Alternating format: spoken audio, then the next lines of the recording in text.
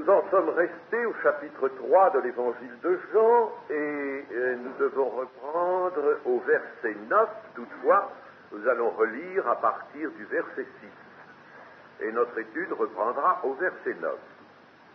Chapitre 3 selon l'évangile de Jean. Ce qui est né de la chair est chair. Ce qui est né de l'esprit est esprit. Ne t'étonne pas que je t'ai dit, il faut que vous naissiez de nouveau. Le vent souffle où il veut, et tu en entends le bruit, mais tu ne sais d'où il vient ni où il va. Il en est ainsi de tout homme qui est né de l'esprit. Nicodème lui dit, comment cela peut-il se faire? Jésus lui répondit, tu es le docteur d'Israël, et tu ne sais pas ces choses. En vérité, je te le dis, nous disons ce que nous savons et nous rendons témoignage de ce que nous avons vu, et vous ne recevez pas notre témoignage. Si vous ne croyez pas quand je vous ai parlé des choses terrestres, comment croirez-vous quand je vous parlerai des choses célestes? Personne n'est monté au ciel, si ce n'est celui qui est descendu du ciel, le Fils de l'homme qui est dans le ciel. Et comme Moïse éleva le serpent dans le désert, il faut de même que le Fils de l'homme soit élevé, afin que quiconque croit en lui ait la vie éternelle. Je m'arrête là parce que les versets suivants sont très chargés d'une puissante révélation, et si je prenais tout cela ce matin, je serais obligé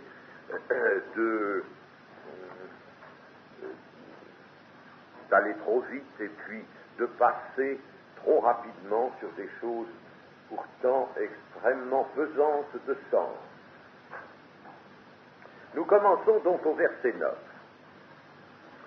Nicodème lui dit, comment cela peut-il se faire?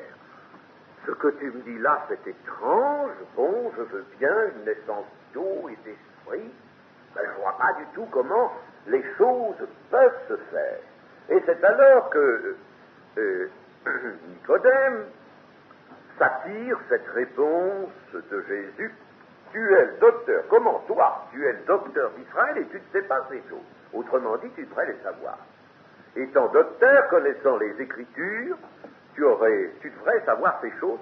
C'est dans les Écritures. Ce que je te dis là n'est pas quelque chose de nouveau, c'est pas un apport nouveau, c'est quelque chose que tu aurais dû retirer toi-même des Écritures. À un certain moment, le Seigneur, n'est-ce pas, leur dira, vous sondez les Écritures parce que vous pensez avoir en elles la vie éternelle, mais ce sont elles qui rendent témoignage de moi. Et si elles rendent témoignage de Christ, elles rendent témoignage de sa mission, de son œuvre, et notamment de cette naissance d'en haut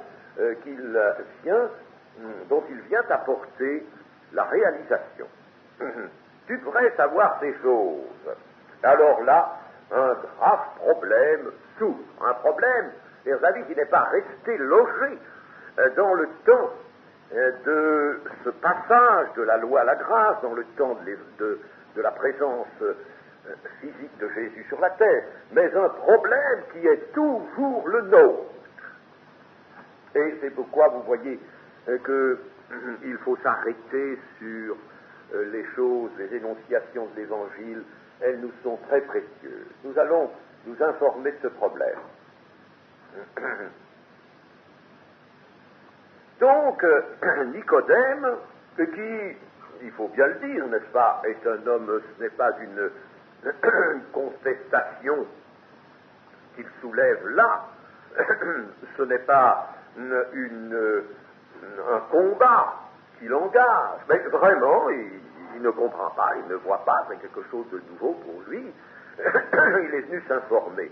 Mais Nicodème est certainement un homme humble, un homme droit, et un homme pieux même.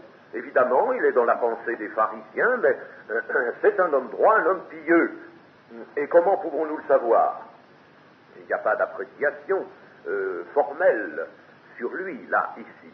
Ben, vous voyez, il faut savoir lire quelquefois un petit peu entre les lignes de l'Évangile. Je ne dis pas, naturellement, placer soi-même quelque chose entre les lignes, mais il faut savoir tirer parti de l'Évangile pleinement.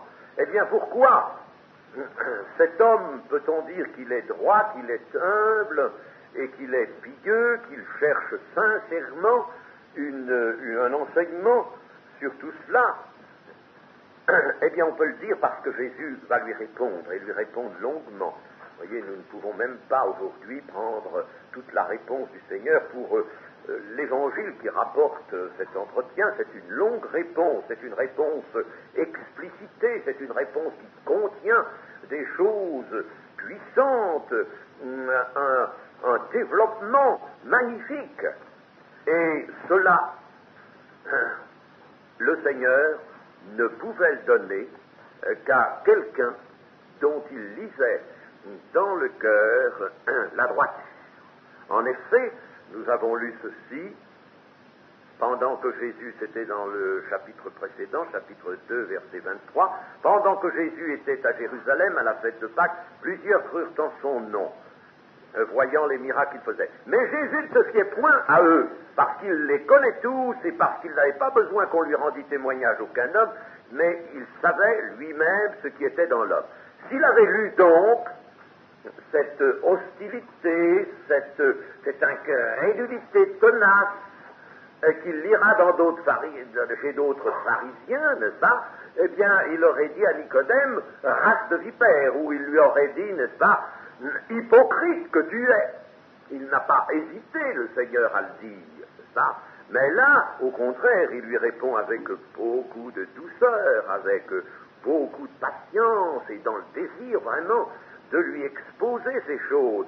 C'est donc qu'il pouvait se fier à lui, il lisait dans son cœur de bonnes dispositions. De l'ignorance, certes, qui n'aurait pas dû être, mais de bonnes dispositions.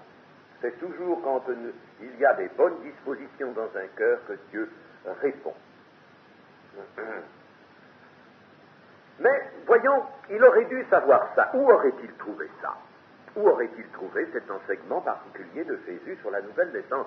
Je pense que si on demandait à bien des chrétiens de nous montrer dans l'Ancien Testament ce qui concerne la nouvelle naissance, ils se gratteraient la tête, n'est-ce pas? Et puis ils diraient, je sais pas, il faut que je cherche. Dans le Nouveau Testament, c'est clair, c'est net, mais dans l'Ancien, je ne sais pas trop où aller chercher ça. N'est-ce pas? Eh bien, évidemment, c'était, nous l'avons dit, les vérités, les grandes vérités étaient voilées, et nous allons voir que cependant, elles n'étaient pas voilées au point qu'on ne puisse les découvrir, puisque ici, Jésus fait en quelque sorte un doux grief à Nicodème, docteur d'Israël, de ne pas avoir découvert ces vérités.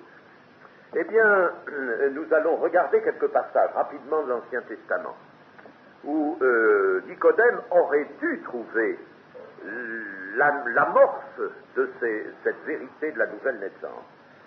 Deutéronome 30, chapitre 30 et verset 6. L'Éternel ton Dieu circoncira ton cœur et le cœur de ta postérité, et tu aimeras l'Éternel ton Dieu de tout ton cœur et de toute ton âme, afin que tu vives. L'Éternel ton Dieu circoncira ton cœur et le cœur de ta postérité. Circoncira. S'il avait réfléchi, s'il avait médité sur ces choses, il dit, mais circoncire un corps, c'est vraiment lui conférer une qualité, des possibilités qu'il n'a pas naturellement, ce cœur. Il faudra donc un changement de cœur. Voilà, déjà, n'est-ce pas quelque chose? Allons, psaume 51.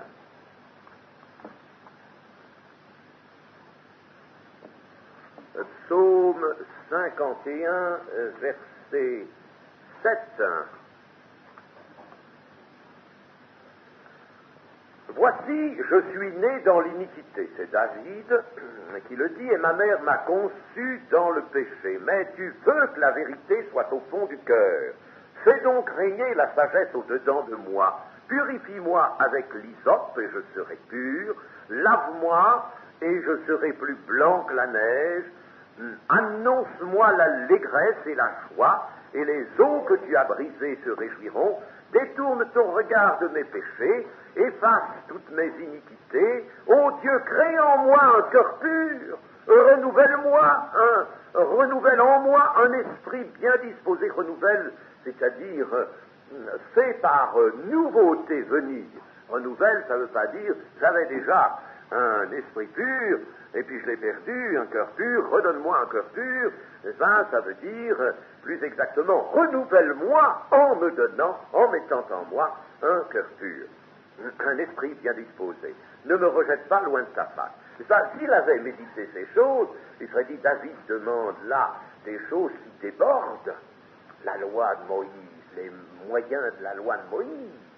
Ça déborde nettement. L'hysope, certes, c'est ce rameau, cette plante qui poussait dans les murs, n'est-ce pas, en général, et qui, on cueillait, ça constituait un petit, une espèce de petits rameaux, n'est-ce pas, je cherche là, une espèce de goupillon comme avaient les catholiques, n'est-ce pas, les prêtres catholiques. Eh bien, ça constituait, n'est-ce pas, une sorte de rameau qu'on pouvait plonger dans le sang et avec ça faire l'aspersion du sang.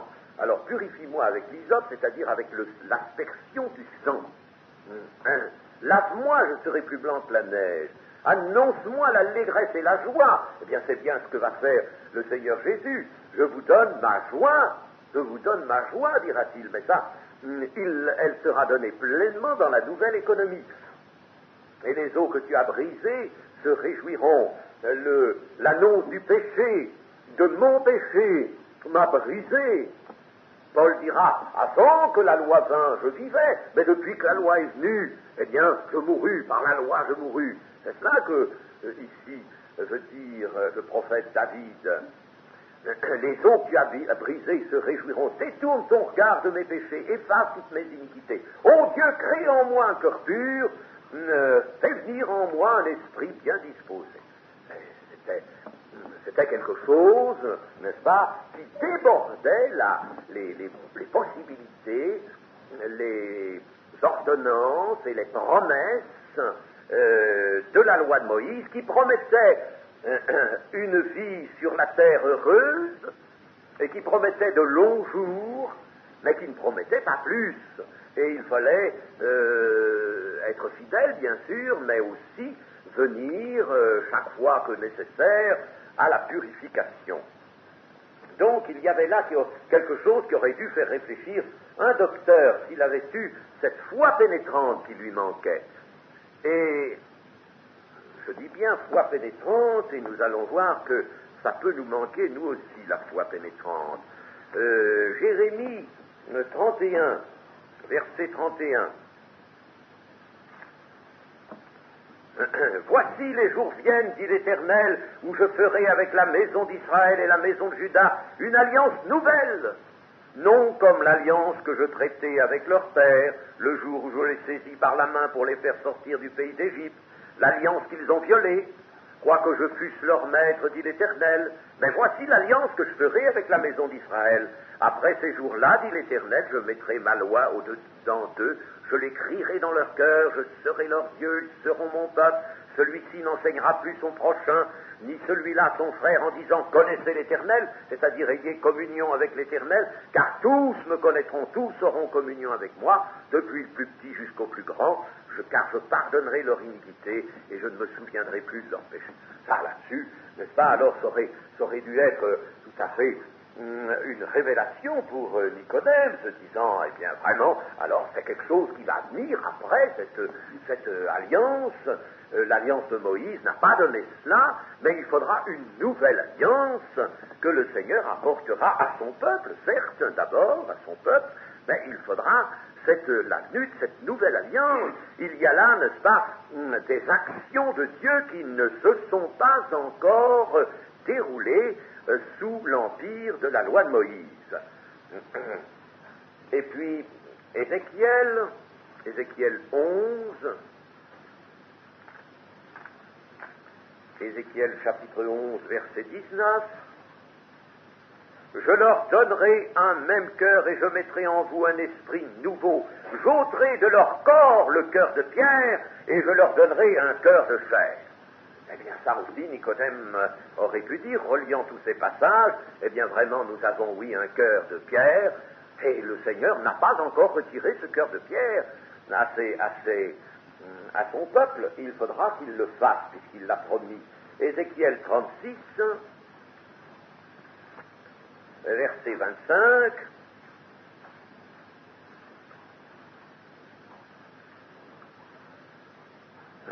Je répandrai sur vous une eau pure, et vous serez purifiés.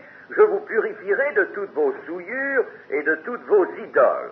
Là, la naissance d'eau dont parle le Seigneur aurait dû éclairer Nicodème. Je vous donnerai un cœur nouveau, et je mettrai en vous un esprit nouveau. J'ôterai de votre corps le cœur de pierre, et je vous donnerai un cœur de chair. Je mettrai mon esprit en vous, et je ferai que vous suiviez mes ordonnances et que vous observiez, pratiquiez mes lois. Là, n'est-ce pas, Nicodème aurait pu se dire, tiens, naissance d'eau, en effet, il est bien question dans le prophète d'une naissance d'eau. Je répandrai sur vous une eau pure et vous serez purifiés, et puis une naissance d'esprit, je mettrai mon esprit en vous. En effet, n'est-ce pas, il y a bien cela, il aurait dû, n'est-ce pas, savoir se reporter à ces passages qu'il connaissait littéralement, et auxquels il n'avait accordé aucune envolée, aucune vérité, vérité essentielle, n'est-ce pas? Il était passé là-dessus, comme nous encore nous passons, méchants que nous sommes. C'est le Seigneur qui a dit ça, méchants que vous êtes, n'est-ce pas? Pas moi. Méchants que nous sommes, c'est-à-dire insuffisants en foi, gens de peu de foi. Voilà le grief du Seigneur pour nous. Gens de peu de foi. On voit ici, en somme, une chose, n'est-ce pas, chez ce Nicodème, voyez-vous, il faut méditer cela, c'est utile. On voit une chose, c'est que cet homme connaissait, littéralement, vous pouvez lui faire confiance, il connaissait les Écritures, il devait connaître même des choses par cœur, capable de les citer comme ça. Il connaissait très bien les Écritures, on y venait souvent. Et ce qui lui manquait, pour comprendre, pour déloger de la lettre la vérité profonde, la vérité qui était là, sous-jacente, ce qui lui manquait, c'était l'esprit prophétique. Ah, chers amis, nous touchons là le problème dont je vous parlais tout à l'heure et qui est un problème actuel. Et nos églises qui sont nées avec l'esprit prophétique sont en train de le perdre. Nous sommes en train de le perdre, le gaspiller, le perdre. Et nous retournons à la lettre, nous retournons au formalisme. Les pharisiens aussi étaient des gens attachés à la lettre et des formalistes. On ne peut pas, quand on est attaché à la lettre, on est des formalistes. Un de ces jours, on viendra avec un centimètre pour mesurer les cheveux, les heures, n'est-ce pas? Ou on viendra derrière, n'est-ce pas, pour voir si quelqu'un, dans la rue, comment il se comporte, il y a des choses, des règles, n'est-ce pas? C'est tout ce que nous voyons du christianisme. Je ne dis pas que les cheveux doivent être courts, mais, chers amis, c'est pas aux cheveux que le Seigneur veut nous mesurer. Il a une autre mesure, ça. Il veut nous mesurer à la mesure que nous employons nous aussi, pour les autres. Il veut nous mesurer, en somme, à la foi, et à la foi agissante par l'amour. Donc, l'esprit prophétique. Cet homme était dénué de l'esprit prophétique. Or, l'esprit prophétique, eh bien, l'esprit prophétique, nous avons déjà vu le passage, mais revenons-y. Apocalypse 19, 10, chapitre 19, et verset 10. Et je tombais à ses pieds pour l'adorer. C'était ces gens qui parlent, et il était devant un ange. Je tombais à ses pieds pour l'adorer, mais il me dit, garde-toi de le faire, je suis ton compagnon de service, et celui de tes frères qui ont le témoignage de Jésus. Tes frères qui ont le témoignage. Nous avons déjà dit qu'avoir le témoignage de Jésus, c'était ça, n'est-ce pas, être un témoin de Jésus, et c'était ça, être un disciple dans sa mission. Bon, continuons. Adore Dieu. Car le témoignage de Jésus est l'esprit de la prophétie. Si je n'ai pas l'esprit de la prophétie, je n'ai pas le témoignage de Jésus. Je suis un homme qui parle de la lettre, un homme ou une femme qui est capable, n'est-ce pas, de légiférer à tort et à travers, et qui met les autres sous un joug qui n'est pas le joug de Christ, n'est-ce pas? Je suis en dehors du témoignage de Christ, je n'ai pas le témoignage de Christ si je n'ai pas l'esprit de la prophétie. Et je n'y comprends rien à l'évangile si je n'ai pas l'esprit de la prophétie.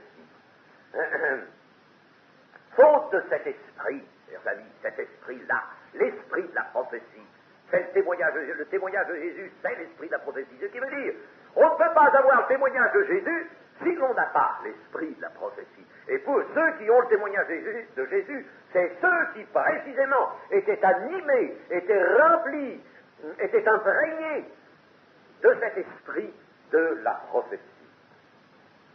Eh bien, faute de cet esprit, la révélation qui est là, qui nous est donnée par le moyen des Écritures, la révélation de Dieu se transforme, se déforme. Elle n'est plus elle-même. Elle se transforme. Elle paraît ne définir qu'un état terrestre, qu'une situation terrestre, et vouloir n'apporter qu'un royaume terrestre. Nous croyons, nous, à un royaume à venir, nous ne sommes pas encore tout de même déchus à ce point-là, n'est-ce pas? Nous croyons encore à un royaume à venir, mais souvent, nous faisons notre christianisme une affaire terrestre. Et nous réglons toutes choses, n'est-ce pas? Une église, une belle salle, des chaises confortables, et puis, n'est-ce pas, un bon pasteur, toutes sortes de choses, n'est-ce pas, qui nous paraissent bonnes, et puis voilà, avec ça, on va être heureux, on va être très bien, n'est-ce pas? Nous nous installons ici, et nous perdons complètement pied dans l'esprit de la prophétie. Au 14 juillet, ici, il y a quelqu'un qui m'a dit, vous savez, nous avons un très bon pasteur, nous avons un bon pasteur. Je dis, je m'en réjouis.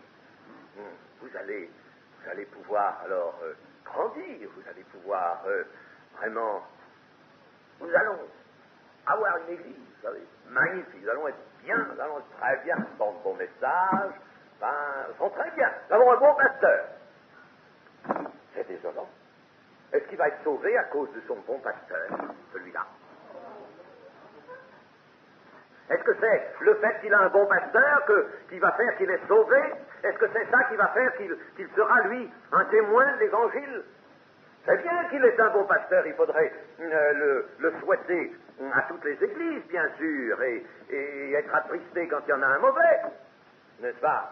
Mais, bien sûr, nous désirons cela, nous prions le Seigneur pour qu'il donne des ministères qui soient vrais, qui soient exactement ce que Dieu, ce que Jésus désire, n'est-ce pas? Des ministères fidèles, s'exerçant dans la fidélité. Oui, nous désirons cela. Mais même cela, ce n'est pas cela qui va vous sauver. Cela vous aidera, cela sera pour vous un bon secours, cela sera pour vous utile, mais cela ne vous sauvera pas, n'est-ce pas? Vous voyez comme nous perdons pied dans l'esprit de la prophétie. Quand j'entends parler des églises, oui, nous avons maintenant, c'est bien, nous avons telle chose, ça s'est arrangé comme ça, nous sommes bien, nous avons une bonne église, vous savez, ça va bien, oui, nous avons de bonnes réunions, oui, puis on a des rencontres, c'est formidable, c'est très bien, n'est-ce pas? Travaillez pour la nourriture qui subsiste jusqu'en vie éternelle et que le Fils de l'homme vous donnera, car c'est lui que le Père a marqué de son sceau. Travaillez pour cette nourriture. Chers amis, si nous travaillons pour la nourriture d'en bas, tout se perd. Tout cela va disparaître. N'est valable et ne subsistera en vie éternelle que tout ce qui aura été fait par l'Esprit de Dieu. Alors, nous pouvons être assis sur des chaises, nous pouvons être dans une belle salle, nous pouvons écouter des beaux discours, n'est-ce pas? Nous pouvons même élever des prières. Si rien de cela n'est vraiment le produit de l'esprit, eh bien c'est zéro, c'est du vent qui disparaît. Et le Seigneur de nous dire, comme il a dit à son peuple d'Israël autrefois, vos sacrifices, je n'en veux pas. Je ne vous ai pas demandé de sacrifice, et pourtant il l'avait demandé. Je ne vous en ai pas demandé, tel que vous les concevez maintenant, je n'en veux pas de vos sacrifices. Gardez tout cela pour vous. Je ne veux pas de cela. Ce que je veux, c'est des cœurs qui soient ouverts, qui soient tendres, qui soient dépositaires de l'amour. Ah, mes amis, c'est pas de dire, n'est-ce pas, nous sommes plus ou moins près du niveau, du bon niveau, nous sommes mieux que d'autres.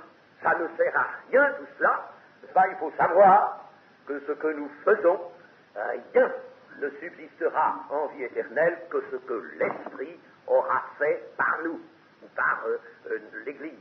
Mais c'est l'Esprit. Ce qui est fait par l'Esprit subsistera. Tout le reste disparaîtra.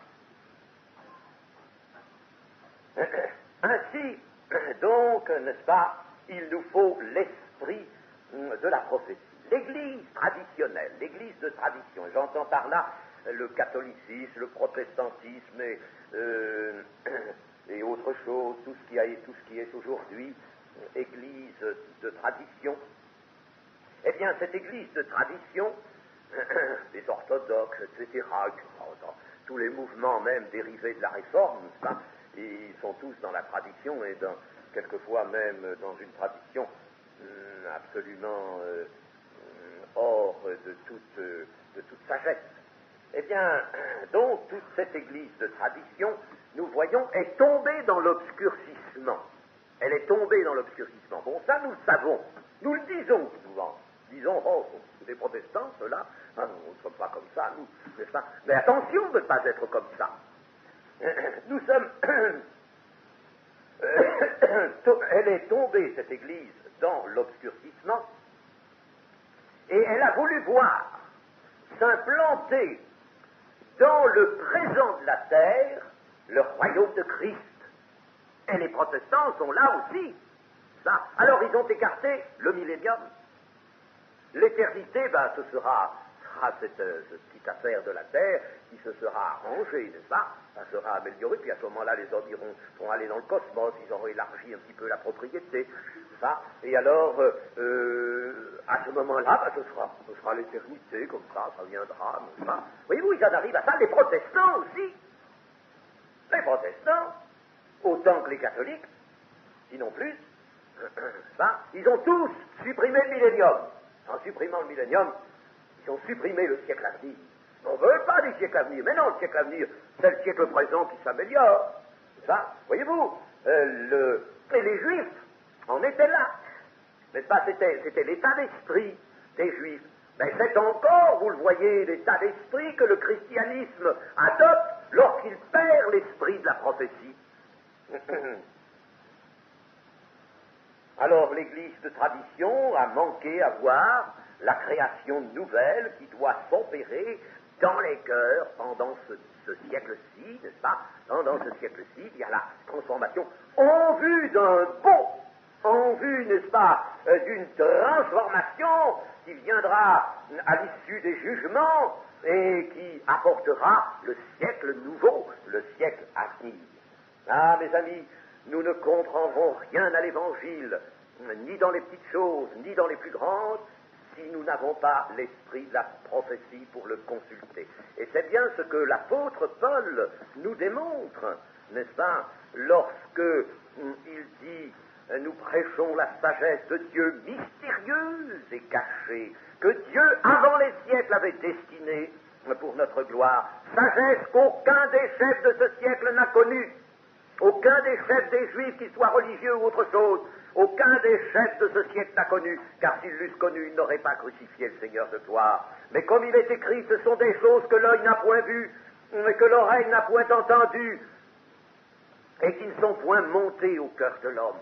Des choses que Dieu a préparées pour ceux qui l'aiment. Dieu nous les a révélées par l'Esprit. Le voilà l'Esprit de la prophétie. Par l'Esprit, car l'Esprit sonde tout, même les profondeurs de Dieu. Lequel des hommes, en effet, connaît les choses de l'homme, si ce n'est l'Esprit de l'homme qui est en lui? De même, personne ne connaît les choses de Dieu, si ce n'est l'Esprit de Dieu. Le témoignage de Jésus, c'est l'Esprit de la prophétie. Sans cet Esprit de la prophétie, eh bien, vous êtes quoi? Des bibliolâtres. Vous êtes des gens attachés à la lettre, vous ferez des jeux bibliques avec l'Écriture, vous passerez sur des grandes vérités sans les reconnaître, voilà ce qui arrivera. L'apôtre Paul nous a dit aussi cette parole importante que vous connaissez, la lettre tue, mais l'esprit vivifie. Or, n'est-ce pas, il s'est trouvé des gens mal avisés, il y en a tellement de ces gens mal avisés. Mais c'est terrible quand ces gens sont mal avisés et s'occupent d'écriture, et s'occupent des choses de la foi. Il y a des gens mal avisés qui ont dit, mais la lettre tue, c'est pas la lettre des Écritures qui tue, voyons, c'est la lettre autre chose, c'est pas ceux qui ont une fâcheuse habitude de s'attacher à la lettre de ce qu'ils consultent, etc. Il s'agit des Écritures.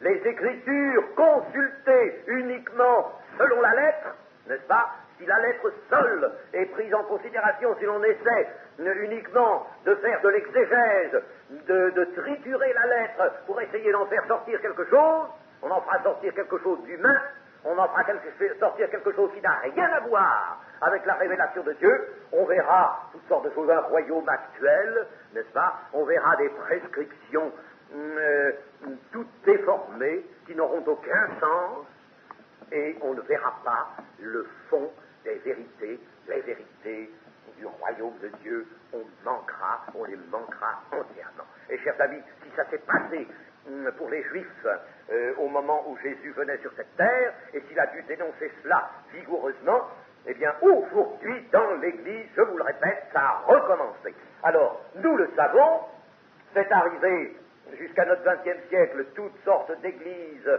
sont tombées dans cet errement, et vous croyez que nous ne risquons pas d'y tomber, mais bien sûr, nous avons déjà mis un ou deux pieds sur les marches qui descendent dans cette fosse. Et si nous ne nous ressaisissons pas, eh bien nous deviendrons nous aussi des littéralistes, n'est-ce pas, attachés à la lettre, et nous aurons quoi? La mort, pas autre chose, et non la vie. Le témoignage de Jésus, c'est l'esprit de la prophétie. Ah. Et quand je vois, par exemple, que dans le mouvement, on a commencé à nous détruire l'Antichrist, à le supprimer, eh bien je dis l'esprit de la prophétie est en recul. On l'oublie. On ne s'en sert plus. Ah. Et alors on écoute des interprétations fondées uniquement sur une étude de la lettre, et alors naturellement des interprétations qui font un usage de plus en plus grand de l'incrédulité, du rationalisme et de l'incrédulité. Ah, chers amis, retenez bien cette leçon-là.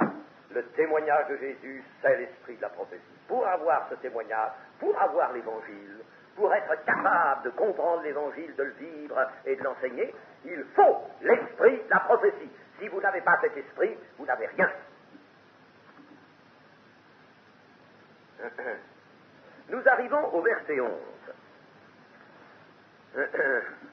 On pourrait nous dire à nous aussi, quoi? Tu es le témoin de Jésus? Tu es le prophète de Christ, toi, et tu ne sais pas ces choses. Il y a des choses que tu ne sais pas. Pourquoi? Verset 11. En vérité, je te le dis, nous disons ce que nous savons, et nous rendons témoignage de ce que nous avons vu, et vous ne recevez pas notre témoignage. Voilà un verset difficile. Il est évident que beaucoup des versets, des paroles de Christ sont difficiles, et plus difficiles souvent que d'autres paroles. Il condensait sa pensée, n'est-ce pas, à l'extrême. Là, il y a tout un développement encore dans ce verset 11, n'est-ce pas? Nous disons, nous savons, nous rendons. Qui c'est ce nous? C'est pas le Seigneur Jésus tout seul, n'est-ce pas? Qui peut, parce qu'il ne parle pas de lui à la troisième personne, n'est-ce pas, au pluriel, n'est-ce pas, comme un roi ou quelqu'un, n'est-ce pas, qui s'attribue une autorité, ou même comme le magistrat qui constate qu'il dresse procès verbal. Non, en vérité, je te le dis, il parle de lui à la première personne, je te le dis. Alors là, il y a un changement de personne. Nous disons, pourquoi ce pluriel? Nous disons, qui c'est nous? Qui sont ceux auxquels pense le Seigneur en disant, nous disons ce que nous savons? Eh bien, il faut chercher, certes, il faut s'informer, il faut laisser l'esprit de la prophétie venir nous éclairer quand on veut résoudre un problème comme celui-là. Il ne faut pas, voyez, rester sur la lettre en disant ça peut être ceci, ça peut être cela, puis faire un tas d'hypothèses. C'est pas comme ça. Seigneur, qui sait, nous?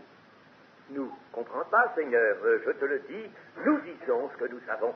Laissez l'esprit de la prophétie intervenir, et le Saint-Esprit vous dira quel est ce pluriel et ce sens. Eh bien, ce pluriel englobe Jésus, naturellement. Jésus et tous ceux qui vont faire corps avec lui dans la nouvelle économie, n'est-ce pas? Nous disons, et déjà, il y a quelques disciples, ils sont bien hauts, ce ne sont pas encore des docteurs de la nouvelle de la doctrine de la Nouvelle Alliance, pas encore des docteurs, certes, mais ils ont accepté, ils l'acceptent, ils vont s'ouvrir de plus en plus à cette doctrine. Ils ne sont pas restés le nez porté sur la lettre, n'est-ce pas? Ils ne sont pas restés semblables aux pharisiens. Au contraire, n'est-ce pas? Ils s'efforcent d'exercer la foi, et alors ils entrent dans un domaine nouveau. Et c'est tous ceux qui entrent dans ce domaine nouveau qui sont ici, nous. Et vous comprenez bien que Jésus, il y a toujours, dans ce qu'il dit, une portée prophétique. D'ailleurs, le témoignage de Jésus, c'est l'esprit de la prophétie. C'est toujours prophétique, les paroles du Seigneur.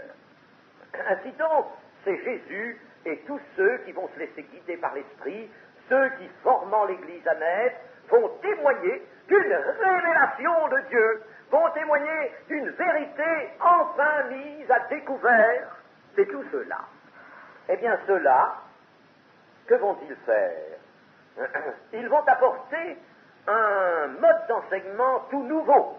Là, maintenant, apparaît un mode d'enseignement tout à fait nouveau. Il ne portera plus sur la lettre des Écritures seulement, se servira de la lettre comme point de départ, mais il ne portera plus sur la lettre des Écritures. Il va, cet enseignement, discerner la vérité cachée, la vérité profonde que les Écritures contiennent, et ce sera un enseignement par l'Esprit de Dieu. Un enseignement par l'Esprit qui vivifie, par l'Esprit de la prophétie. Il y aura toujours, n'est-ce pas, dans toute parole de l'Écriture, il n'y aura pas simplement une assertion dont il faudra comprendre de mieux qu'on peut le sens premier, n'est-ce pas, mais se projetant de cette lettre, sortant de cette lettre, il y aura une vérité qui va s'épanouir et se projeter dans le temps. C'est l'esprit de la prophétie. Eh bien, nous, c'est cela, nous. Les docteurs de l'Évangile, si vous voulez, les prophètes de l'Évangile, ils vont dire quoi? Ils vont dire, nous disons, ils vont enseigner, ils vont proclamer, ils vont dire ce que nous savons, c'est-à-dire ce dont nous sommes sûrs, ce qu'ils savent avec certitude. Mais ils vont pouvoir dire des choses dont ils auront eux-mêmes certitude. Ils vont avoir dans le cœur une abondance, une révélation solide, inébranlable de la vérité. Ils vont dire ce qu'ils savent avec certitude, car leur parole sera un témoignage. Et nous rendons témoignage. On pourrait ajouter un mot pour bien comprendre. Et ainsi, nous rendons témoignage de ce que nous avons vu. Vous voyez? Et ainsi, nous rendons témoignage de ce que nous avons vu. C'est-à-dire, je vous l'ai déjà dit cela, n'est-ce pas? Nous rendons témoignage. Le témoignage, attention, ce mot a beaucoup plus d'importance, beaucoup plus de force que le sens qu'il revêt habituellement, n'est-ce pas, dans le langage courant, le témoignage d'une chose, n'est-ce pas? Mais là, il y a une grande force, parce qu'il s'agit des choses de Dieu, forcément. Alors les mots revêtent une force particulière. Nous rendons témoignage de ce que nous avons vu. C'est-à-dire, non pas seulement de ce qu'on va voir par les yeux de la tête, mais des choses saisies par révélation. Et ce sont ces choses saisies par révélation qui sont des choses vues. Ces choses saisies par les révélations, le regard de ces prophètes de l'Évangile va aller plonger jusque dans les profondeurs de Dieu. Il va monter dans les hauts lieux, dans les lieux célestes. Il va là pouvoir entrer, regarder, à la manière, n'est-ce pas, de gens qui est ravis en esprit et qui voient des choses là-haut. Eh bien, ils vont voir ainsi. Et c'est bien ce qu'a voulu dire Jésus. Pour bien le comprendre, il faut nous revenir à Matthieu 11 et verset 25, ce beau passage, un de ces passages clés, ces passages dont il faut toujours se souvenir. Matthieu 11, 25, en ce temps-là, Jésus prit la parole et dit, « Je te loue, Père, Seigneur du ciel et de la terre, de ce que tu as caché ces choses aux sages et aux intelligents. » Pas les gens qui sont comme, qui marchent comme certains chiens, n'est-ce pas, toujours le nez dans la poussière. Ça, tu as caché ces choses aux sages et aux intelligents, de ce que tu les as révélées aux enfants. Aux enfants. Et les enfants qui sont ces enfants, ne sont pas des grands savants, ceux-là, c'est l'opposition avec savants, sages et intelligents, n'est-ce pas? Ce sont des gens qui veulent savoir. C'est vrai, papa? C'est ça, ils ont toujours cette soif de la vérité. Ils reçoivent la vérité, ils l'aiment la vérité, ils la saisissent. Elle est belle, elle vient de leur père. Ce sont ces enfants. Oui, Père, je te loue de ce que tu l'as voulu ainsi. Toutes choses m'ont été données par mon Père, et personne ne connaît le Fils, si ce n'est le Père. Personne non plus ne connaît le Père, si ce n'est le Fils, et celui à qui le Fils veut le révéler. Esprit de la prophétie, avec pour base révélation. Voilà. Bien, il faut comprendre cela, n'est-ce pas? Comprendre cela, et se sortir de toute autre pensée, de toute autre idée, n'est-ce pas? Nous faisons des idées fausses pour connaître, savoir. Voilà le processus. Voilà le processus. Il n'y en a pas d'autre. Absolument pas d'autre. Et il est important, quand Jésus a prononcé cette louange à son Père, je te loue, Père, parce qu'il a tressailli en esprit. Mais hélas, le dernier membre de phrase, la dernière proposition, là, du verset 11, est tragique, et vous ne recevez pas notre témoignage. Hélas, ce beau, ce magnifique témoignage d'une vérité si utile aux hommes, vous ne le recevez pas, vous manquez d'une foi libre, d'une foi humble, d'une foi avide pour le recevoir. Et ce sera un grand drame sur la terre.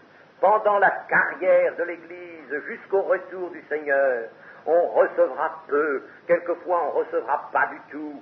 Dans de larges fractions de l'humanité, surtout en notre temps, on sera fermé à ces choses, on ne recevra rien de tout cela. En certains temps, ou en certaines fractions de l'humanité, en certains lieux peut-être aussi, n'est-ce pas, on ne reçoit rien. Et même parmi les hommes, n'est-ce pas, si l'on trouve des gens qui reçoivent, ils sont encore, surtout dans notre temps, un petit nombre, un tout petit troupeau. Vous ne le recevez pas, vous ne recevez pas. Et chers amis, je connais des gens qui ont fait de brillantes études en théologie, par exemple, devenant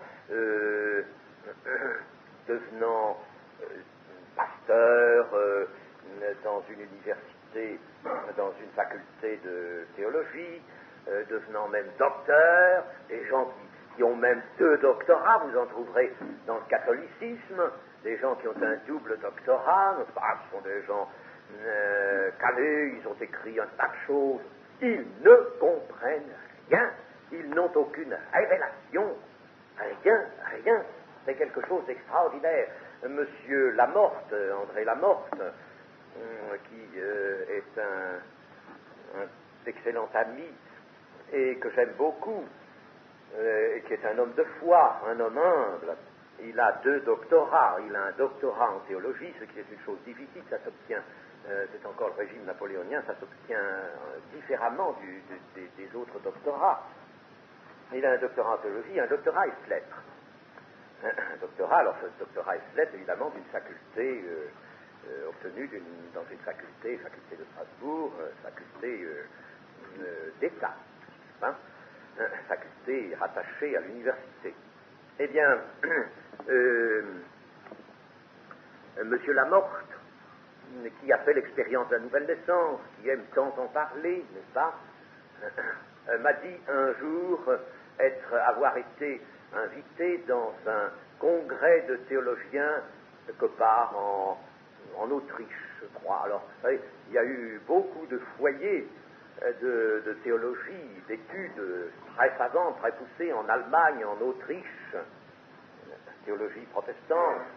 Eh bien, il s'est trouvé là, au milieu donc d'un certain nombre de confrères. Et chaque invité avait un temps pour faire une communication, faire un petit discours, ne pas dire ce qu'il voulait. Monsieur Lamorte, son tour étant arrivé, n'est-ce pas, monte à la chaire et puis dit, eh bien, moi, voilà, je suis né de nouveau. Et il dit son expérience, n'est-ce pas, il donne un témoignage de la nouvelle naissance. Puis après lui, il y a eu un temps de récréation dans la cour, n'est-ce pas, tout le monde est allé se détendre un peu, se promener. Alors, beaucoup sont venus aborder M. Lamorte et lui dire, dites, mon cher confrère, oh, ce que vous nous avez dit est une chose extraordinaire. Mais voyons, c'est une façon d'exprimer des choses, oui, nous comprenons bien. Ben, c'est pas, faut pas prendre ça comme une réalité, n'est-ce pas? C'est pas une réalité, ça. Vous nous avez dit, vous avez sans doute, n'est-ce pas, votre pensée a changé, a évolué peut-être. C'est heureux, bien sûr. Il faut bien qu'il y ait quelque chose d'original chez l'un, chez l'autre. Ben, enfin, ce que vous nous avez dit, vous avez semblé nous le donner comme une réalité. Ben, c'est pas ça, c'est pour donner plus de force à votre discours, peut-être. N'est-ce pas? Alors, M. Lamorte est débattu, a dit, mais non, je vous dis que c'est une réalité. Je ne vous dis pas que c'est une manière de penser nouvelle, je vous dis que c'est une réalité. Eh bien, ces hommes, n'est-ce pas, ces grands docteurs de la théologie étaient là tout autour. C'est vrai, mais c'est pas possible, des choses comme ça. Oh, ils ont discuté entre eux. Ils étaient ébahis, ils ne pouvaient pas comprendre ça. Vous voyez, n'est-ce pas, vous ne le recevez pas. Et c'est fermé volontairement par Dieu. Nous l'avons lu dans Matthieu 11. C'est Dieu a mis une fermeture. Alors, qu'on n'entende pas ce que j'ai quelquefois entendu, n'est-ce pas, dans nos milieux, dans notre milieu, n'est-ce pas? Oh, ben cet homme-là est intelligent, il doit comprendre. Ça ne veut rien dire, cela. Absolument rien dire. C'est pas son intelligence ou son niveau de culture qui lui fera comprendre cela. Au contraire, ça risquera de le fermer, n'est-ce pas? Si il s'attache à sa culture, si il mise tout là, n'est-ce pas, au lieu de considérer cela comme de la boue, à cause de l'excellence de Christ, eh bien, il risquera d'être fermé. Dieu l'a voulu ainsi. Vous ne recevez pas notre témoignage. Voyez comme les paroles du Seigneur ont de la force ici. Le verset 12. Si vous ne croyez pas, quand je vous ai parlé des choses terrestres, comment croirez-vous quand je vous parlerai des choses célestes? Et nous allons y mettre le verset 13. Personne n'est monté au ciel, si ce n'est celui qui est descendu du ciel, le Fils de l'homme qui est dans le ciel. Là aussi, c'est assez difficile à comprendre. Vous voyez, il y a ça vraiment un certain mystère malgré tout sur ces paroles. Et puis même, il y a là une parole qui est un peu amphibologique, n'est-ce pas? Le ciel, on ne sait pas s'il s'agit vraiment d'aller dans le ciel, d'aller dans les lieux appelés ciel, d'y aller physiquement, d'y aller avec une personne physique, comme l'a dit Paul, n'est-ce pas? Je ne sais si c'est avec mon corps ou sans mon corps, n'est-ce pas? Et puis, il y a aussi une conception du ciel qui est différente, là, dans le même verset.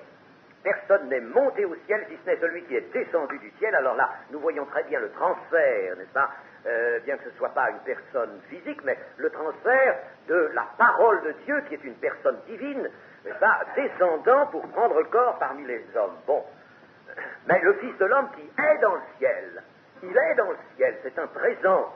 Or, le Fils de l'homme, il est là, par terre, il est en train de parler à Nicodème, c'est ça? Voyez-vous, alors là, il y a une difficulté. Nous allons voir comment les choses peuvent se comprendre. Pour être à même de recevoir la vérité qui monte jusqu'au céleste. n'est-ce pas? Comment croirez-vous quand je vous parlerai des choses célestes? La vérité monte jusqu'au céleste. Elle nous emmène, elle nous fait quitter la terre, et elle nous amène dans des régions spirituelles, elle nous amène à considérer des secrets divins, à regarder, n'est-ce pas, à pleine vue, sur un mystère, le mystère de Christ, qui ne peut pas être soumis à l'examen logique d'un esprit d'homme. Alors, cette vérité va monter jusque-là. Il faut, pour la recevoir, cette vérité, d'abord appliquer sa foi aux choses terrestres. Si vous ne croyez d'abord dans les choses terrestres, c'est-à-dire, qu'est-ce que Jésus entend par les choses terrestres? Eh bien, ce sont les faits qui sont survenus sur la terre par la puissance de Dieu et qui sont rapportés par les Écritures dans un cadre historique.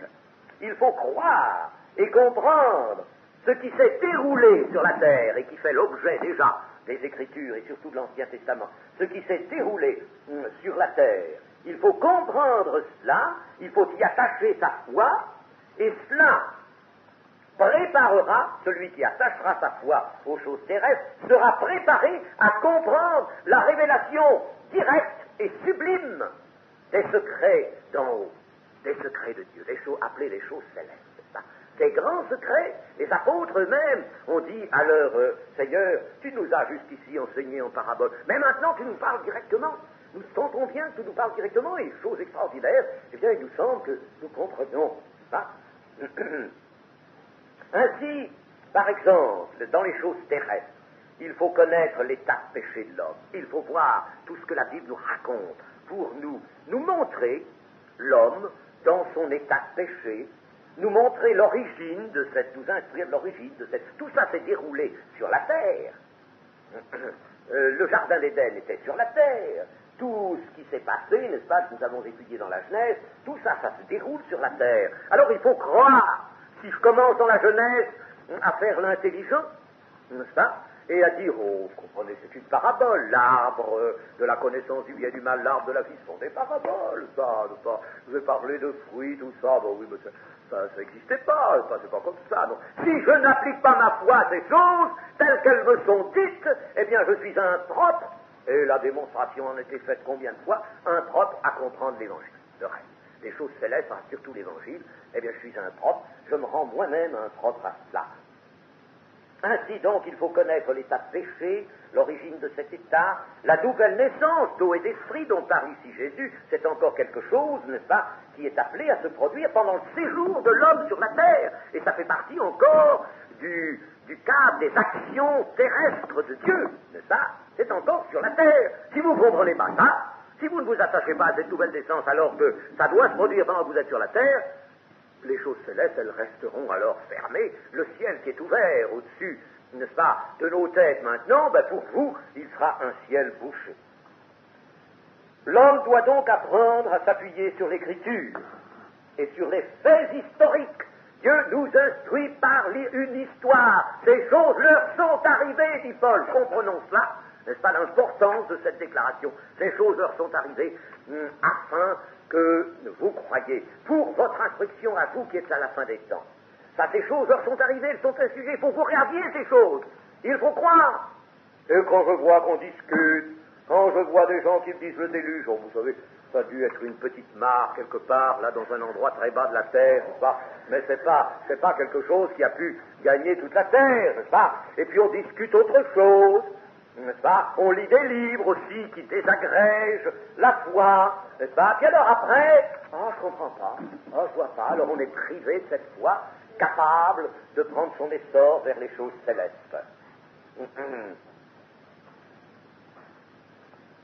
L'homme doit donc s'appuyer sur les faits historiques que nous rapporte l'Écriture, et sa foi doit ainsi, par le moyen de ces choses, s'éduquer. Il y a une éducation de la foi, et Dieu a donné ces choses dans l'Ancien Testament, essentiellement pour l'éducation de la foi. Ces choses ont été écrites pour votre instruction. Une éducation de la foi, une discipline de la foi, n'est-ce pas? Alors la foi va saisir les éléments de base, touchant l'homme, touchant les grands caractères de la justice de Dieu, Et c'est alors, une fois éduqué, que cette foi pourra s'élever jusque dans les célestes et pénétrer les réalités spirituelles qui sont donc réservées à ceux qui ont honoré Dieu par une foi simple appliquée aux choses terrestres. Et personne ne peut accéder aux choses célestes, c'est ce que veut dire dans le verset 13, personne n'est monté au ciel. Alors là, le mot ciel est employé dans un sens, n'est-ce pas, de choses célestes. Le Seigneur vient de parler des choses célestes. Alors il dit personne n'est monté au ciel, personne ne peut naturellement y arriver à ces choses célestes. Allez voir là-haut ce qu'il y a, n'est-ce pas? Personne ne peut accéder aux choses célestes, à la connaissance des divins secrets, à la connaissance de l'amour de Dieu, ne peut accéder non plus à la communion, dont parlera Jésus dans Jean 17, à la communion de Dieu, mais seul celui qui est descendu du ciel, alors là, du ciel vraiment, il est descendu du ciel, il a été transféré de haut en bas, celui qui est descendu du ciel et qui est toujours dans le ciel, il est descendu du ciel mais il est toujours dans le ciel, parce qu'il est toujours en communion avec le Père. Ce qui nous sera dit, n'est-ce pas, dans Jean 17. Il est toujours un avec le Père, toujours en communion. Alors, il est bien descendu du ciel, mais il est quand même, n'est-ce pas, toujours dans le ciel. Alors, celui-là qui plonge dans le ciel, celui-là qui est en communication directe avec le ciel est ouvert pour lui, il n'est pas séparé du ciel, bien qu'il soit descendu du ciel envisagé comme un lieu, il est descendu, n'est-ce pas, mais il est toujours dans la pensée du Père, dans le cœur du Père, et il lit directement dans les pensées du Père. Alors celui-là, eh bien c'est lui qui pourra faire quelque chose, n'est-ce pas, mais l'homme ne peut rien faire de lui-même. Mais il faut cependant que, et la nouvelle économie ce sera cela, que vous alliez dans les célestes, vous aussi. Il ne faut pas seulement que celui qui est descendu du ciel y soit, n'est-ce pas? Il faut que vous y soyez aussi, il faut que vous y montiez, et c'est ainsi que nous avons, dans une certaine épître de Paul, ceci, il nous a ressuscités ensemble, et nous a fait asseoir ensemble dans les lieux célestes en Jésus-Christ. Maintenant, il faut que nous soyons allés là-bas, dans les célestes, dans les lieux célestes. Que nous ayons, comme Christ, quand il était sur la terre, était dans le ciel, il faut que nous, étant sur la terre, nous soyons de la même manière que lui aussi dans le ciel. Ça, c'est très net. Ce que je vous ai cité, c'est Éphésiens 2:6. Et le verset 14, je me dépêche un peu parce qu'il faut que nous arrivions à terminer au verset 15. Versets 14 et 15. Et comme Moïse éleva le serpent dans le désert, il faut de même que le Fils de l'homme soit élevé, afin que quiconque croit en lui ait la vie éternelle. Je pense que vous connaissez cette histoire du désert, étant donné le mauvais comportement du peuple d'Israël. Dieu avait permis que le désert fût envahi de serpents brûlants. Ils sont appelés comme ça, serpents brûlants. Et ces serpents venaient et ils piquaient beaucoup de membres du peuple d'Israël. Et alors, quand quelqu'un était piqué, c'était la mort irrémédiable. Dieu avait permis cela, c'était un châtiment, c'était une grosse épreuve, n'est-ce pas?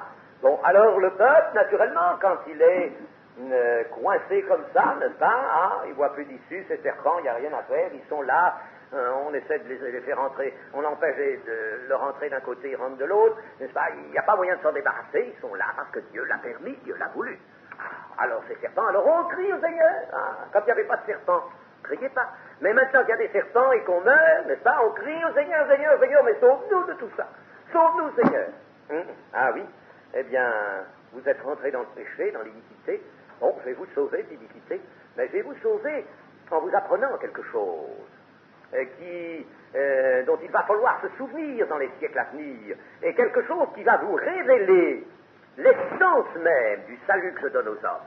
Voilà comment Dieu a voulu. Alors, le Seigneur va dire à Moïse, tu vas prendre une grande perche, et puis tu vas te fondre un serpent d'airain, serpent tout semblable à ces serpents brûlants, tu vas en faire un, n'est-ce pas? Tu vas le mouler, et puis en airain, et puis tu le mettras, n'est-ce pas, au bout d'une perche. Ça pourrait être quelque chose comme ça, n'est-ce pas? Une grande perche, n'est-ce pas? Moïse, n'est-ce pas? Et puis là, au bout, il y avait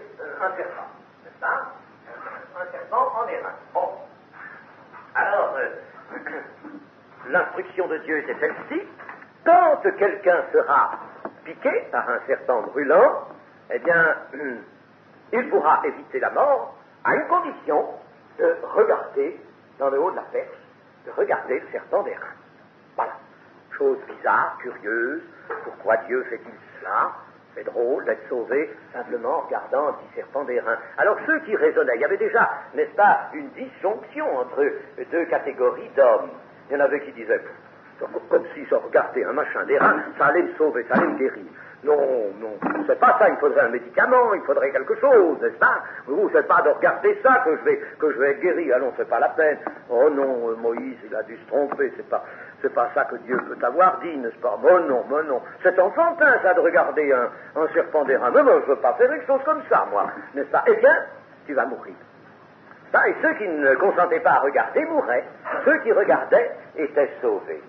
Eh bien, quelle est la signification de cela? Jésus reprend cela, et comme Moïse éleva le serpent dans le désert, il faut de même que le Fils soit élevé. Élevé, et nous savons par un autre passage, n'est-ce pas, que cela veut dire, passage de Jean même, cela soit élevé sur la croix. Lui aussi, il est cloué, n'est-ce pas? De même que le serpent a été mis au bout d'une perche, n'est-ce pas? Eh bien, Christ a été monté sur la croix, n'est-ce pas? Il a été élevé, effectivement, les croix qu'on employait, c'est des croix assez hautes, n'est-ce pas? Et l'homme était là, élevé, mis en évidence. Alors, il faut comprendre tout de même, n'est-ce pas, le pourquoi spirituel de tout cela. Eh bien, je vais vous le dire. Le serpent brûlant du désert, était un fléau permis par Dieu, et ce fléau, dans le serpent d'airain, il était là représenté comme vaincu. Son exposition au bout d'une perche, n'est-ce pas? Ça représentait donc un serpent qui était mort, n'est-ce pas? Il était en airain, mais ça représentait un serpent mort, cloué là, et par conséquent vaincu. Le fait de son exposition sur l'ordre de Dieu est donc une défaite du serpent brûlant, une défaite du fléau. Mais ce qui est exposé au bout de la perche, ce n'est pas un des serpents brûlants qu'on a attrapé, auquel on a coupé la tête, n'est-ce pas, et puis qu'on a mis au bout d'une perche. Non, il était en airain, celui-là. Il était en airain. C'est pas un des serpents. Si ça avait été un des serpents, eh bien, on aurait dit, j'en fais un de moins, mais comme il y en avait une multitude, ça n'aurait pas été un gain, ça n'aurait pas été une délivrance pour le peuple, ça aurait été un serpent de moins. Bon, ça ne donnait pas grand-chose, n'est-ce pas? Ça ne donnait pas grand-chose. Mais le serpent d'airain, c'est un type de tous les serpents, et Dieu avait voulu que ce soit la représentation, si vous voulez, du fléau, qui était l'ensemble des serpents brûlants. C'est le type de tous les serpents, c'est l'espèce entière du serpent brûlant. C'est l'espèce entière qui est là au bout de la perche. Et si le regard d'un homme qui a été piqué et que la mort va saisir, alors si le regard de cet homme blessé est porté sur ce type, n'est-ce pas, eh bien, il obtient son salut. Il a porté là, et en somme, n'est-ce pas, Dieu lui donne à ce moment-là, à cause de son regard qui est un regard d'obéissance, sans autre compréhension de la chose, eh bien Dieu, à ce moment-là, lui donne la vie sauve, autrement dit le salut, parce que, en somme, cet homme s'est approprié la défaite de l'espèce serpent brûlant.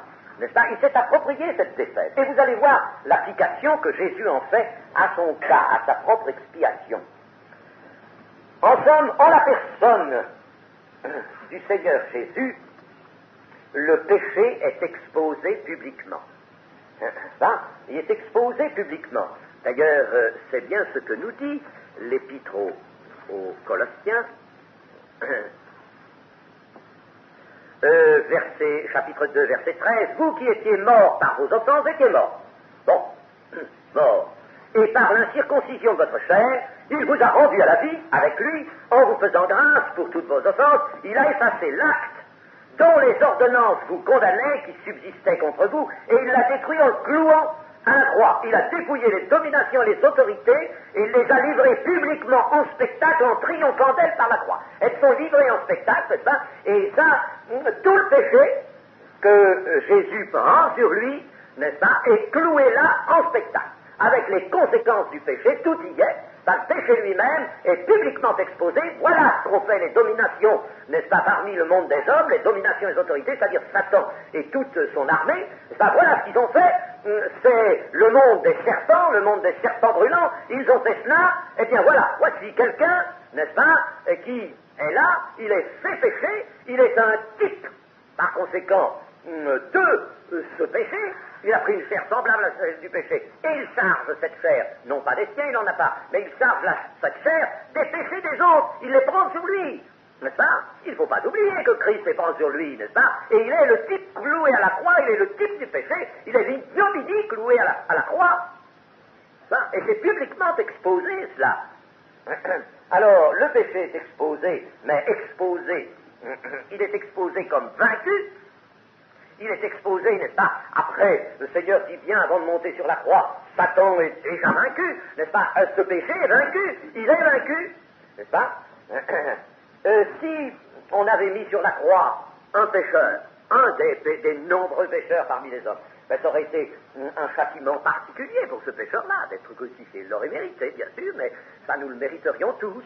Mais ça ne ferait qu'un châtiment particulier, personnel. Puis alors, c'est pas comme ça que ce sauveur, ce pécheur, pourrait être sauvé, n'est-ce pas? Il ne serait pas sauvé, puisqu'on le ferait mourir, n'est-ce pas? Pour son propre péché. Ça ne peut pas être donc un pécheur, mais ça peut être celui qui est saint, qui est juste, celui qui pour sa personne n'a rien de tout cela, de cette ignominie, mais qui prend, se charge de cette ignominie, n'est-ce pas? Et devient le type de tous les pécheurs. Pas d'un seul pécheur, mais de tous les pécheurs. Il est le porteur de toute l'humanité pécheresse. Alors, il est là cloué, c'est toute l'espèce du péché. Toute l'espèce, comme c'était toute l'espèce des serpents, ça qui était là, représenté en type dans ce serpent d'airain, eh bien là, réellement, c'est toute l'espèce des pécheurs, c'est-à-dire toute l'humanité, toute l'espèce humaine, qui est là, dans son ignominie, affichée là, n'est-ce pas, condamnée là, n'est-ce pas, elle est là. Alors, que va-t-il se passer? Eh bien, comment avoir le salut? Eh bien, le salut résultera d'un acte de foi, c'est-à-dire d'un regard. C'est pourquoi le Seigneur dira, celui qui voit le Fils, d'un regard porté sur le crucifié, c'est-à-dire porté sur le péché dans son exposition publique, le péché vaincu. Le péché là est la défaite du péché, là est la destruction du péché, n'est-ce pas? Là, sur cet homme qui est exposé, qui est pendu là, au poids de la croix, n'est-ce pas? Eh bien là, alors si je regarde là, j'obtiens le salut. Simplement cela, n'est-ce pas? C'est cela que Dieu a voulu. Et c'est cela que Christ rappelle à Nicodème maintenant. Afin que quiconque croit en lui, ça c'est le geste, c'est le regard, n'est-ce pas? Croit en lui est la vie éternelle. Et nous nous arrêtons là maintenant.